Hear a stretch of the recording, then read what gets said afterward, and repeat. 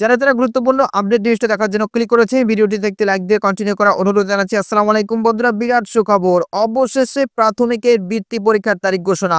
কোন কোন বিষয়ের উপর পরীক্ষা নেওয়া হবে, কত ঘন্টা পরীক্ষা দিতে হবে, পূর্ণাঙ্গ মান কত থাকবে, সবকিছু আজকের এই ভিডিওটির মাধ্যমে জানতে পারবেন। সো আজকের ভিডিওটি কেউ মিস করবেন না, সকলে ভিডিওটি মনোযোগ দিয়ে দেখার চেষ্টা করবেন। তাহলে চলুন মূল ভিডিওটি শুরু করা যাক।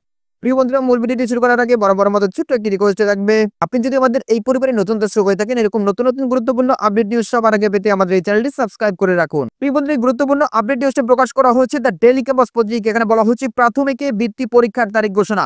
পরীক্ষা 4 বিষয়ে নিচে একদম বিস্তারিতভাবে উল্লেখ করা হয়েছে। প্রতিবেদনে বলা হয়েছে দীর্ঘদিন পর আবার চালু হতে যাচ্ছে সরকারি প্রাথমিক বিদ্যালয়ের বৃত্তি পরীক্ষা।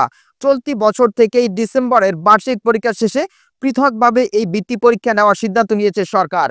এই উপলক্ষে পরীক্ষার সম্ভাব্য তারিখ এবং পরীক্ষার বিষয়সমূহ প্রকাশ করেছে প্রাথমিক শিক্ষা অধিদপ্তর।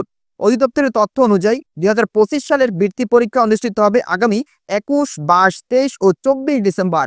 পরীক্ষাটি নেওয়া হবে 4 বিষয়ে: বাংলা, ইংরেজি, প্রাথমিক গণিত এবং বাংলাদেশ ও বিশ্ব পরিচয় ও প্রাথমিক বিজ্ঞান।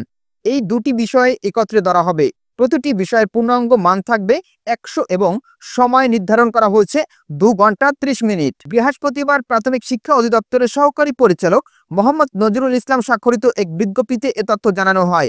বিজ্ঞপ্তিতে আরও জানানো হয়, বৃত্তি পরীক্ষায় অংশগ্রহণকারী প্রতিষ্ঠানসমূহ হল সরকারি প্রাথমিক বিদ্যালয়, পিটিআই সংলগ্ন পরীক্ষণ বিদ্যালয় এবং সরকারি মাধ্যমিক বিদ্যালয় সংলগ্ন প্রাথমিক বিদ্যালয়সমূহ।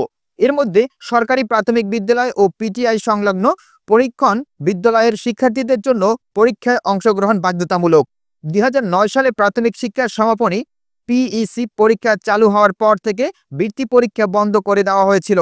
2022 সালে এটি আবার চালু করার সিদ্ধান্ত নেওয়া হয়েছিল, কিন্তু চালু করা হয়নি। তবে বিকল্প হিসাবে বৃত্তি দেওয়ার সিদ্ধান্ত নেয়। শিক্ষার্থীদের দেওয়া হয় মেধাবৃত্তি, এছাড়া দরিদ্র শিক্ষার্থীদের জন্য চালু রাখা হয় উপবৃত্তি। দীর্ঘদিন পর বর্তমান অন্তর্বর্তী সরকার এই বৃত্তি চালু করতে যাচ্ছে। তো প্রিয় বন্ধুরা, এই ছিল মূলত আজকের আপডেট নিউজ। এই বিষয়ে আপনাদের কি মতামত অবশ্যই কমেন্ট করে জানাবেন। পরবর্তীতে নতুন কোনো ভিডিও নিয়ে আপনাদের মাঝে হাজির হব। সবাই ভালো থাকবেন, সুস্থ থাকবেন। আমাদের ইউটিউব চ্যানেলটি সাবস্ক্রাইব করে আমাদের চ্যানেলের সাথে থাকবেন। ধন্যবাদ সবাইকে।